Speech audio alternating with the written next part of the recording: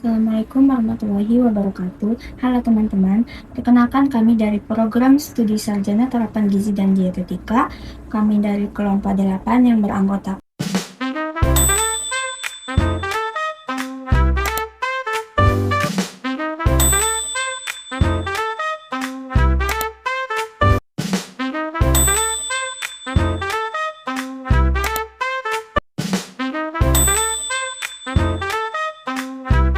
Pada video ini, kami akan menyampaikan edukasi gizi dengan tema pencegahan stunting melalui perbaikan pola makan dan gizi keluarga. Tema ini sangat penting untuk kita pahami karena berkaitan erat dengan kesehatan dan kualitas hidup kita sehari-hari. Melalui video ini, kami berharap informasi yang kami sampaikan dapat menambah pengetahuan serta meningkatkan kesadaran kita dalam menerapkan pola hidup sehat dan gizi seimbang. Oleh karena itu, simak video ini sampai selesai. Selamat menyaksikan.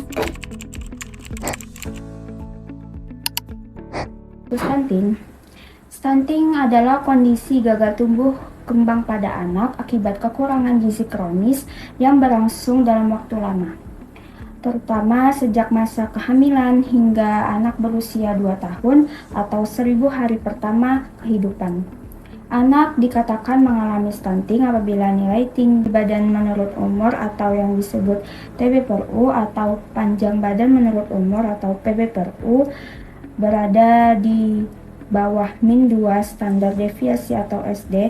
Stunting tidak hanya menyebabkan anak bertumbuh lebih pendek dibandingkan teman seusianya, tetapi juga memengaruhi perkembangan otak, kemampuan belajar, produktivitas, dan kesehatan anak di masa depan. Prevalensi stunting di Indonesia. Menurut yang saya dapatkan berdasarkan Survei Status Gizi Indonesia atau SSGI tahun 2024, prevalensi stunting di Indonesia mencapai sekitar 19,8%, mengalami penurunan dibandingkan tahun-tahun sebelumnya. Meskipun demikian, angka tersebut masih menjadi masalah kesehatan masyarakat yang memerlukan perhatian khusus. Adapun ciri-ciri anak stunting. Yang pertama, tinggi badan lebih pendek dibandingkan anak seusianya. Anak stunting memiliki pertumbuhan tinggi badan yang lebih lambat sehingga tampak lebih pendek dibandingkan teman seusianya. Yang kedua, perkembangan otak dan kemampuan belajar lebih lambat. Kekurangan zat gizi dalam jangka panjang dapat menghambat perkembangan sel-sel otak, sehingga anak dapat mengalami yaitu sulit berkonsentrasi, daya ingat menurun, kemampuan berpikir dan belajar lebih rendah, serta prestasi akademik kurang optimal. Yang ketiga, mudah sakit karena daya tahan tubuh lemah.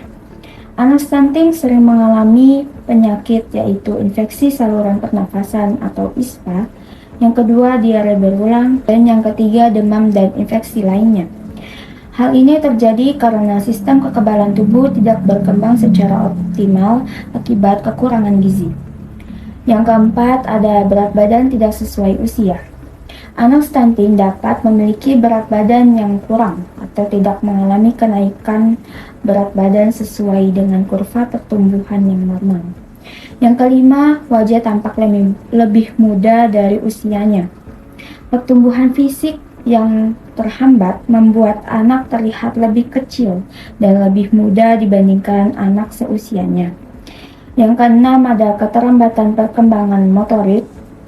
Beberapa anak stunting mengalami keterlambatan dalam duduk, berdiri, berjalan, serta berbicara. Dan yang terakhir, yang ketujuh, aktivitas dan energi lebih rendah. Anak sering tampak lemas, kurang aktif bermain, dan mudah lelah dibandingkan teman seusianya. Oke, selanjutnya ada dampak jangka panjang stunting. Yang pertama, dampak pada anak, yaitu gangguan pertumbuhan fisik yang sulit diperbaiki setelah usia 2 tahun. Yang kedua, kecerdasan dan kemampuan belajar menurun. Yang ketiga, prestasi sekolah kurang optimal. Yang keempat, daya tahan tubuh lebih rendah. Yang kedua, ada dampak pada remaja dan dewasa, yaitu pertama, produktivitas kerja menurun. Yang kedua, risiko obesitas lebih tinggi akibat gangguan metabolisme. Yang ketiga, risiko penyakit tidak menular meningkat, seperti diabetes mellitus, hipertensi, penyakit jantung, serta stroke. Yang ketiga ada dampak sosial dan ekonomi, yaitu kesempatan kerja lebih terbatas. Yang kedua, pendapatan saat dewasa cenderung lebih rendah. Dan yang ketiga, menurunkan kualitas sumber daya manusia dan pembangunan suatu negara.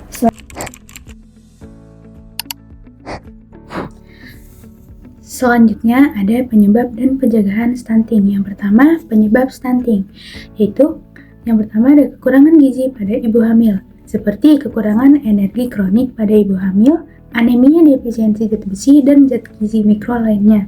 Lalu ada aksi tidak eksklusif dan pola makan yang tidak beragam. Penyebab selanjutnya yaitu kondisi lingkungan. Kondisi lingkungan yang tidak sehat itu dapat memicu infeksi berulang. Contohnya seperti akses air terbatas, sanitasi buruk. Contoh dari sanitasi buruk yaitu BAB sembarangan dan jamban yang tidak layak. Infeksi berulang ini dapat membuat gangguan penyerapan zat gizi.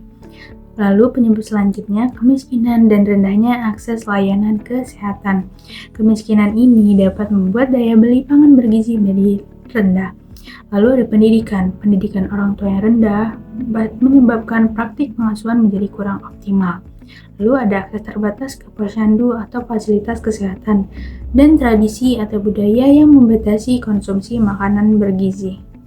1000 hari pertama kehidupan atau 1000 HPK adalah periode emas dimulai sejak pembuahan pada hari ke-0 kehamilan hingga anak berusia 2 tahun.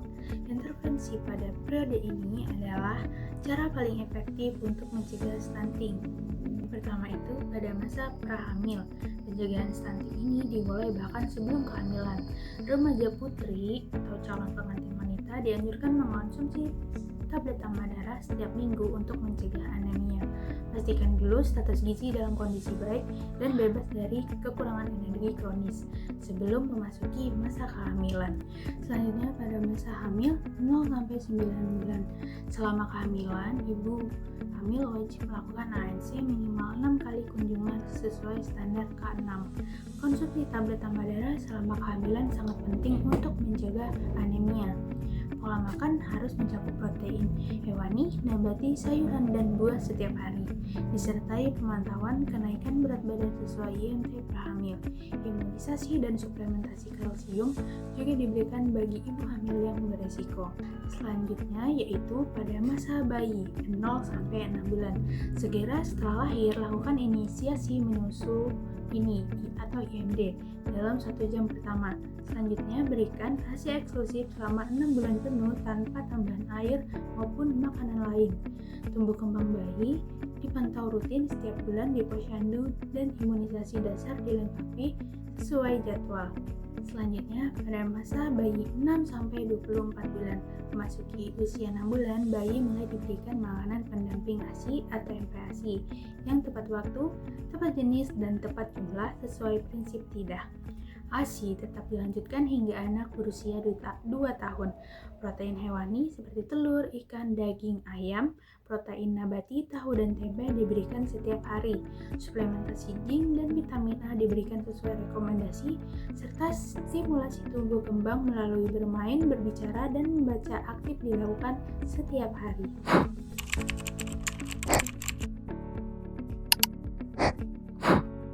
Selanjutnya ada zat gizi penting untuk mencegah stunting.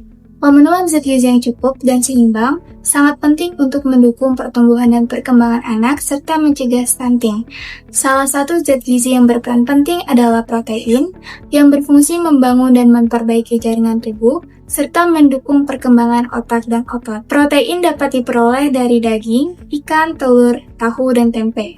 Selain protein, anak juga membutuhkan zat besi yang berfungsi membantu pembentukan sel darah merah dan mencegah anemia. Salah satu sumber zat besi antara lain hati ayam, bayam, dan kacang merah. Selanjutnya ada zinc yang berperan penting dalam proses pertumbuhan, meningkatkan daya tahan tubuh, dan membantu pembentukan sel-sel baru. Zinc banyak ditemukan pada daging sapi, ikan, dan biji labu. Untuk mendukung pembentukan tulang dan gigi yang kuat, tubuh membutuhkan kalsium yang dapat diperoleh dari susu, ikan teri, dan tahu. Selain itu, asam folat berperan dalam perkembangan otak dan sistem saraf, terutama selama masa kehamilan, dan banyak terdapat pada sayuran hijau serta kacang-kacangan. Selanjutnya, anak juga memerlukan vitamin A untuk menjaga kesehatan mata dan meningkatkan sistem kekebalan tubuh. Vitamin A dapat ditemukan pada wortel, ubi, dan pepaya. Yodium juga berfungsi untuk mendukung perkembangan otak dan kecerdasan anak, yang dapat diperoleh dari ikan dan garam beriodium. Sementara itu, energi bisa berasal dari nasi, roti, kentang, dan ubi yang dibutuhkan untuk menunjang aktivitas sehari-hari serta proses pertumbuhan anak. Oleh karena itu, pemenuhan berbagai zat gizi tersebut secara seimbang sangat penting dalam upaya pencegahan stunting. Selanjutnya ada prinsip gizi seimbang.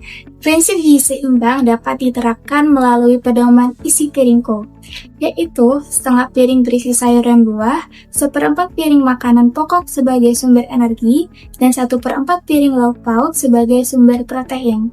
Anak juga dianjurkan minum air putih setiap kali makan. Penerapan gizi seimbang membantu memenuhi kebutuhan zat gizi, mendukung pertumbuhan optimal, dan mencegah adanya stunting. Selanjutnya ada contoh menu gizi seimbang. Contoh menu gizi seimbang adalah nasi, ikan goreng, tumis bayam, tempe pepes, pepaya, dan air putih. Atau bisa dengan nasi, telur dadar, sayur sop, tahu kukus, pisang, dan air putih. Menu tersebut mengandung karbohidrat, protein hewani dan nabati, vitamin, mineral, serat, serta cairan yang dibutuhkan tubuh sehingga dapat mendukung pertumbuhan dan perkembangan anak secara optimal, serta membantu mencegah adanya stunting. Kemudian ada tips praktik untuk keluarga, yaitu pencegahan stunting dapat dilakukan dengan membiasakan pola makan sehat dan hidup bersih di rumah. Orang tua dianjurkan memasak makanan bergizi sendiri, memberikan menu yang bervariasi, menggunakan garam beriodium, membiasakan mencuci tangan dengan sabun, serta memantau pertumbuhan anak secara rutin di posyandu. Selain itu, hindari terlalu sering memberikan makanan cepat saji, minuman manis berlebihan, melewatkan waktu makan, kemudian memaksa anak makan, dan memasak sayuran terlalu lama. Dengan menerapkan kebiasaan tersebut secara konsisten, kebutuhan gizi anak dapat terpenuhi dan pertumbuhannya berlangsung lebih optimal, sehingga risiko stunting dapat berkurang.